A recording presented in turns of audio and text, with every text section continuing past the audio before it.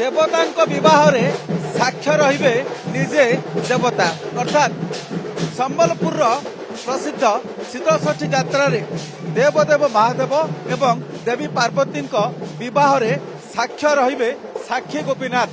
ये जो दृश्य देखुंट नियारा परंपरा संबलपुर शीतलषष्ठी यात्रार नंदपड़ार बंबराड़ बालुंकेश्वर बाबांकर विवाहरे साक्ष्य रहा जाती स्वयं साक्षी गोपीनाथ। जो दृश्य आप देखुं साक्षी पड़ार साक्षी गोपीनाथ मंदिर साक्षी गोपीनाथ जाऊँगी कौन पाई ना से साक्ष्य रहिबे शिव विवाह रे। ये जो परंपरा रही प्रकृत या पछरे कारण कौन रही केवल नंदपड़ार बंबराड़ बालुंकेश्वर बाबांकर विवाह रे साक्षी रहिबा जाती निजे साक्षी गोपीनाथ एवं साक्षी पड़ा जहाँ नाम नामित सी होती निजे साक्षी गोपीनाथ सी जाऊँगी साक्ष्य रहा देव दंपति बह पंडित सहित आलोचना करवा। शशांक शेखर मिश्र देव दंपति बह निजे देवता जाऊँगी साक्षी गोपीनाथ जाऊँगी साक्ष्य रहा ये परंपरा बाबद कहतु।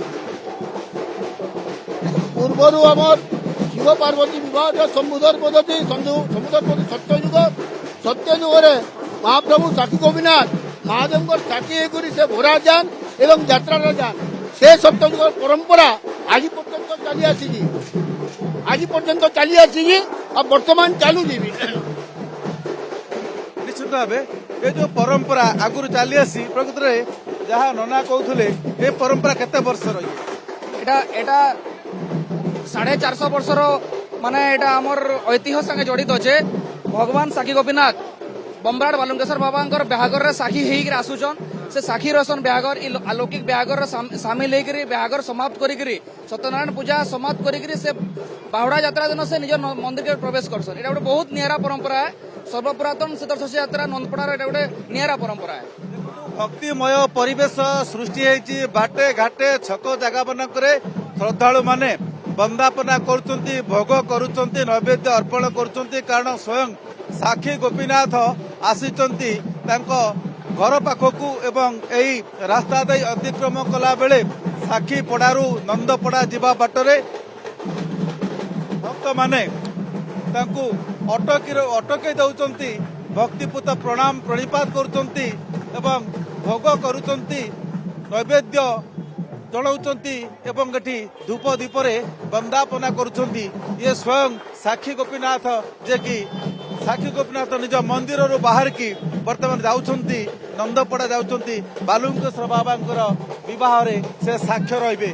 ये सतरे नियारा परंपरा एथिपाई कारण देवतांकर विवाह रे साक्ष्य रहिबा पई जाउछंती निजे देवता देव दंपतिंकर जो लौकिक लोकाचार रे जो विवाह हेबो देवदेव महादेव माता पार्वती भोला बाबांकर विवाह रे साक्ष्य रहिबे निजे साक्षी गोपीनाथ आउ सेहितपई ए अंचल ना हेची साक्षी पड़ा। ये एक अनन्य नियारा परंपरा एथिपई जेहेतु भगवान को विवाह रे स्वयं भगवान जाउछंती साक्ष्य रहिबा पई। संबलपुर कैमरा संजन प्रसाद संजय कुमार जेना ओटीवी।